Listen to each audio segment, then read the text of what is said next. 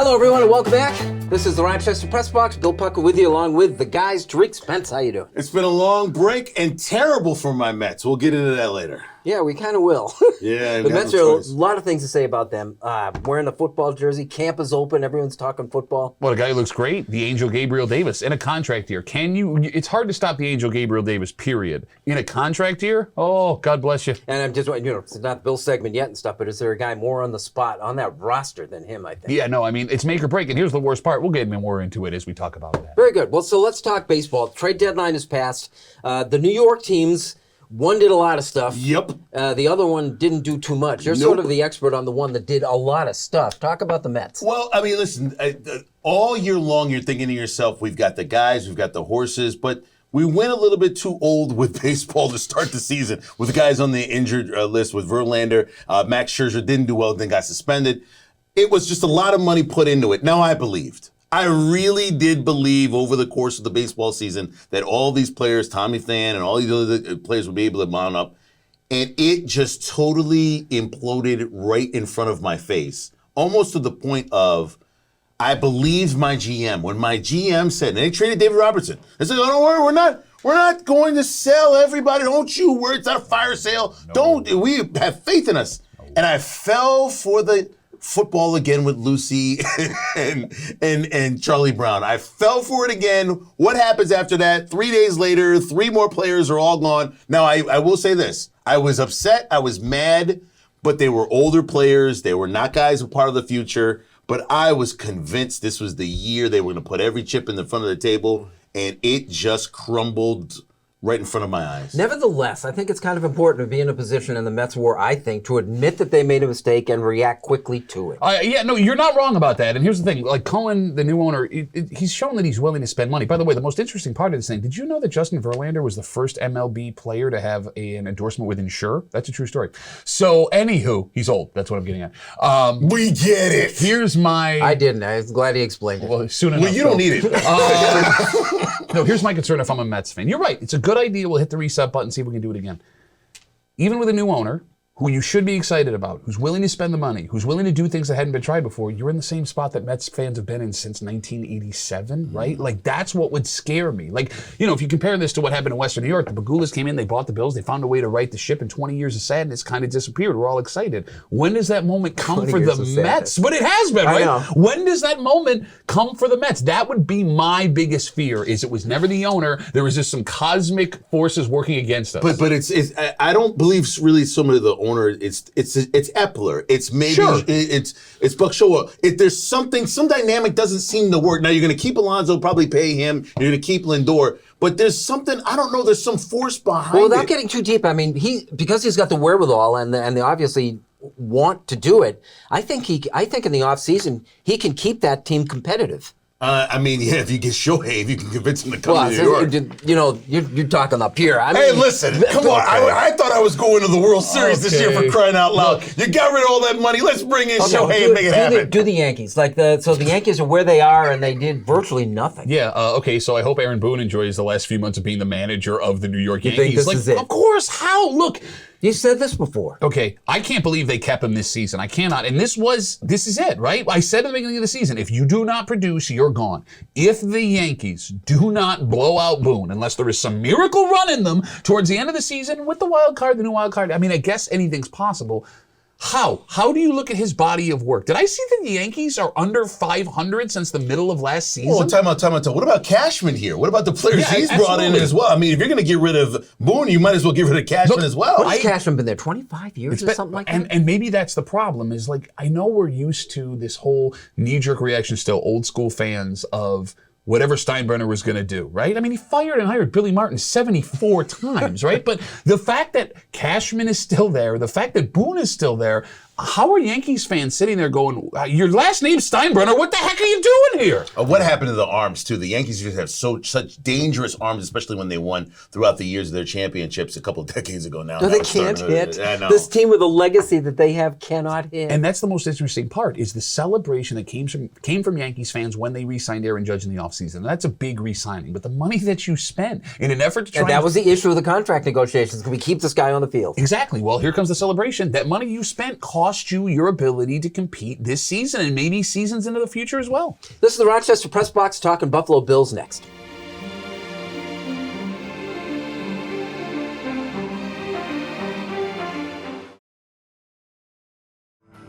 Just passing through. J-Mac, Soccer Sam Fantuzzo, Loretta Scott, Joe Beard, 29 in all, life lessons from notable Rochesterians. Available now.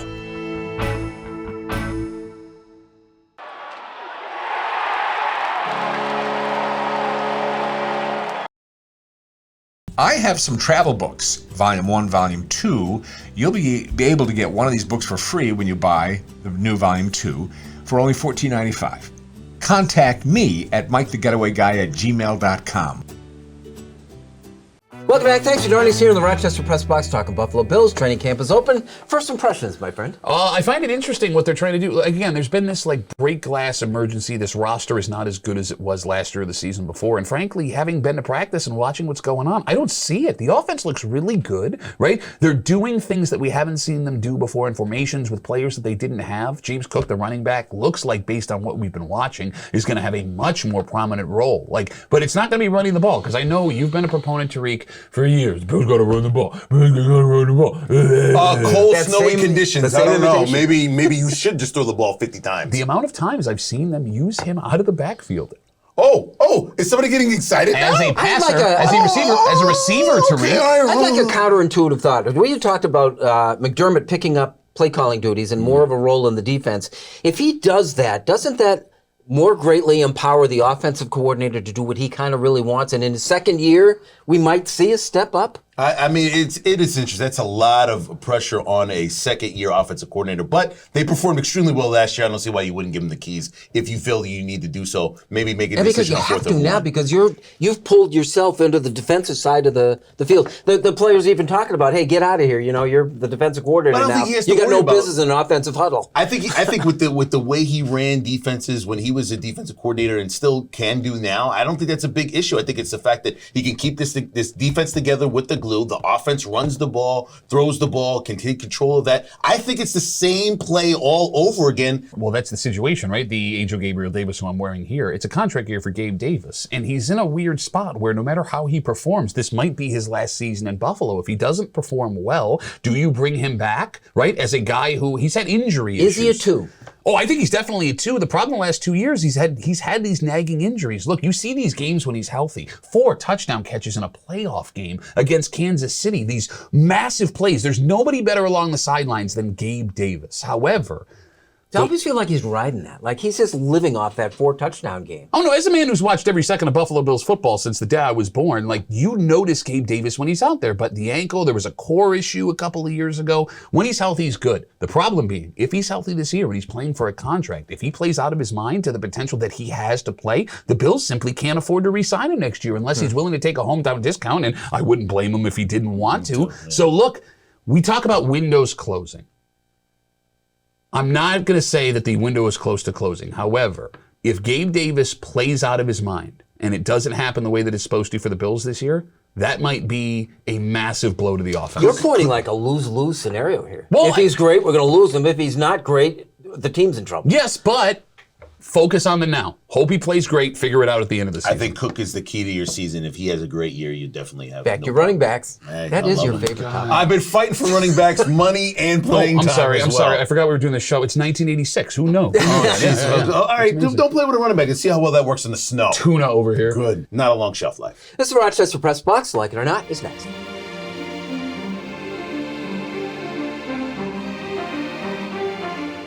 Here's the Press Box trivia question brought to you by Market View Liquor, where exceptional customer service meets an extensive selection. Jefferson Road.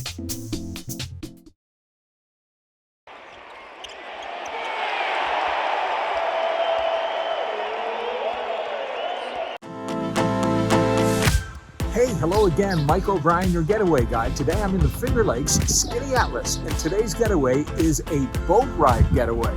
Come along for the ride. Check out the getaway guy on Facebook. Here's the Press Box trivia answer brought to you by Market View Liquor, where exceptional customer service meets an extensive selection. Jefferson Road at 390.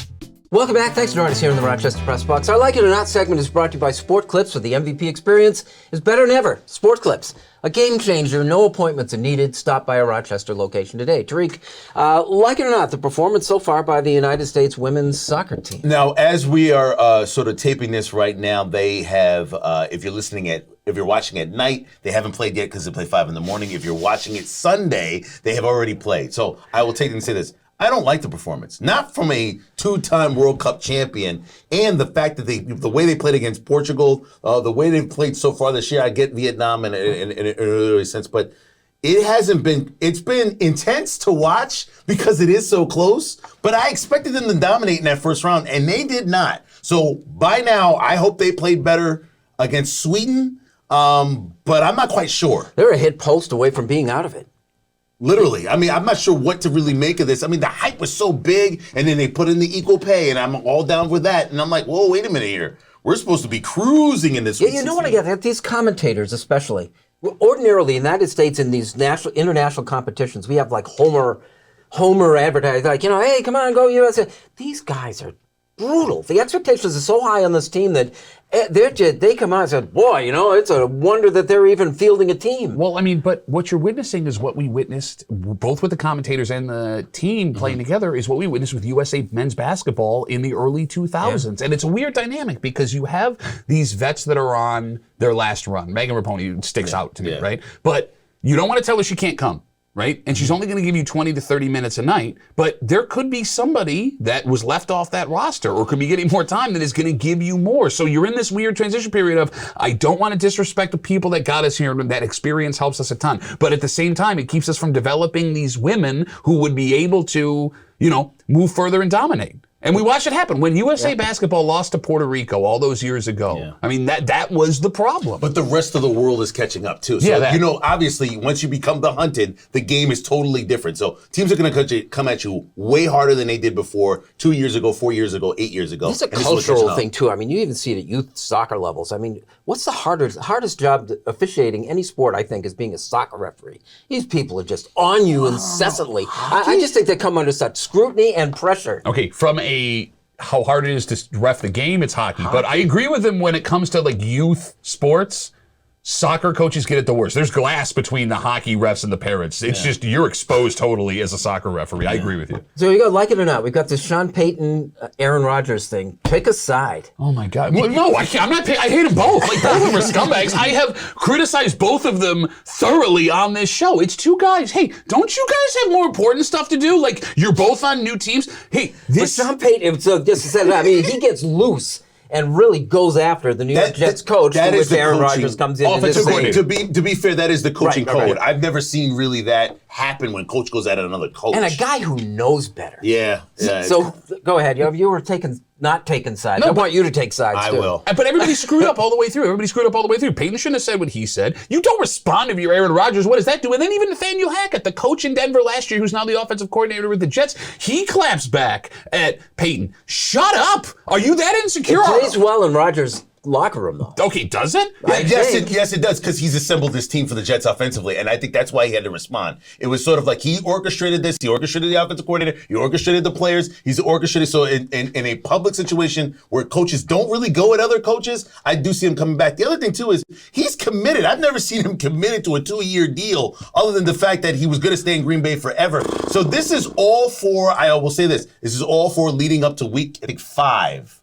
They might face each Against other. Denver, Yeah. So it leads up to it. So it's the middle of the. What if one team is 4-0? What if another team is 3-1 or 1-3? Ooh, is there any other guy besides LeBron James who's closer to being a player coach? I think if you give Aaron Rodgers control of the offense, things go to hell, and that's what happened in Green Bay last season. They gave him the keys to the kingdom, and look what happened. Yeah, and you could say the same thing about LeBron, right? I would say stupid of Green Bay to do that, knowing full well he wasn't committed to working with the talent that they had in the building. So that's really on Green Bay, and they will pay this year with a. If I was a Jets fan right now, I'd feel better about having him than I did a month ago. No, 100% wrong. That would make me way more nervous. Shut up, put your head down, and go play football. They had nothing. Happens. You know what's interesting? It would make Hard Knocks very interesting to watch, because now I want to know what went on in that building when it happened. And he brings up a great point. We don't want all these cameras in our locker room. It's a distraction. Here comes Aaron Rodgers. Hey, blah, blah, blah, blah, blah, blah, blah. Yep. We are the Rochester Press Box. Like it or not, was brought to you by Sport Clips, and Unfinished Business is next. I should be a TV producer.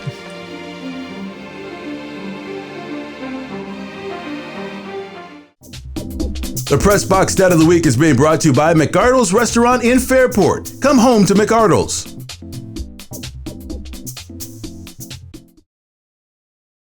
And now to Eichel. He floated one. Score!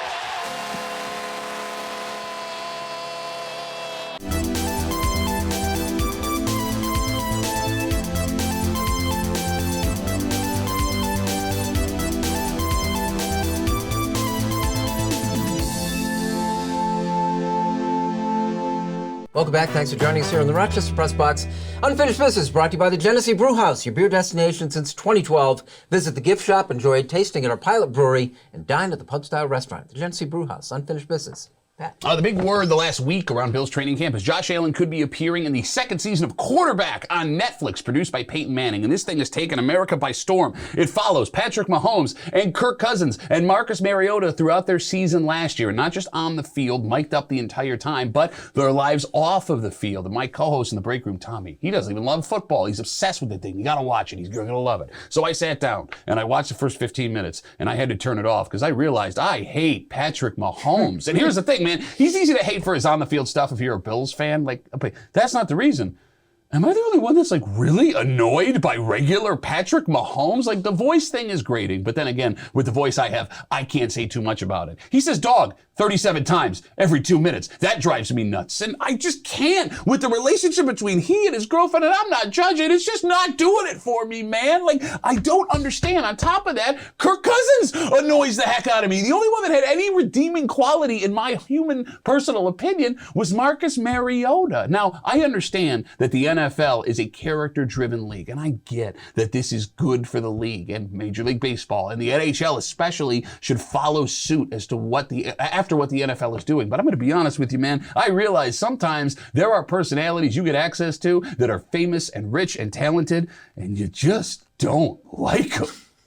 If you ever get a chance, if you don't like quarterbacks, or you do like quarterbacks and you're looking for something else to watch, I would recommend Steph Curry's Underrated. It's on Apple TV. Good luck trying to get it. But even if you do have it, here's what it basically talks about. One, Steph Curry in a very changeable point in his life as a basketball player. Undersized, skinny, wasn't sure, lacking confidence, going from the high school level to the college level. It's all about Davidson, not really much about the Golden State Warriors in the championship, although it does end with them winning a championship we all know they won a few years ago. This being said, I would encourage you to watch it just for the mere fact of we all get to certain points in our lives where we have to take a fork in the road, left or right. Do I still want to do this? Am I good at this? Am I able to actually go out there and do that? That's exactly what this documentary is really about. Of course, they'll talk about the shooting, they'll talk about his life, they'll talk about his dad, they'll talk about other things that are going on. But really the pivotal moment of this is basically you come to a point where do I believe that people are right, that I'm not good enough, or do I find another gear to get there? We know where Steph Curry ended up, 4 championships, MVPs, and all the great things about it. But this is really about that fork in the road where you decide, am I going to be great and how much am I going to commit to get to that greatness? He was able to do so, plus get a degree because his mama said so. I had a conversation with Soccer Sam, the Salvatore's pizza entrepreneur, just a few days back, and he said, it's really sad what's happened to the media these days. Now, Sam is old school. He remembers when local news really mattered.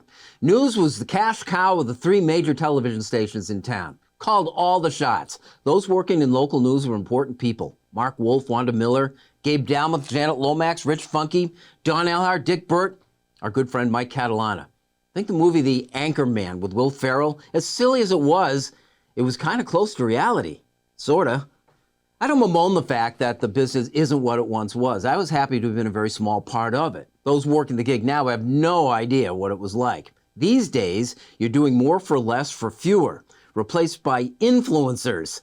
I'd rather take advice from a cat. It's just the way of the world. Progress stops for no one. That's what running backs in the NFL are dealing with these days. Jim Brown, Walter Payton, Emmitt Smith, those guys dominated the league.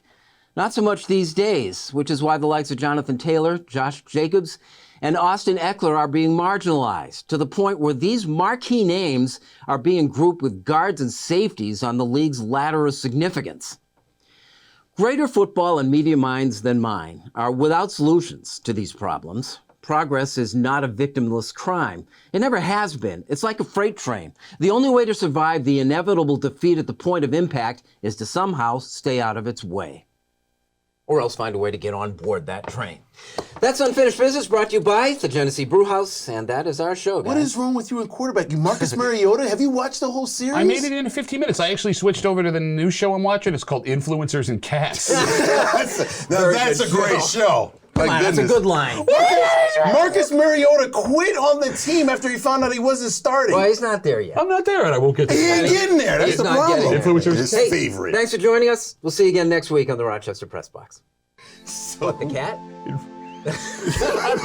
Listen to a cat. All these damn influencers these days. What's that?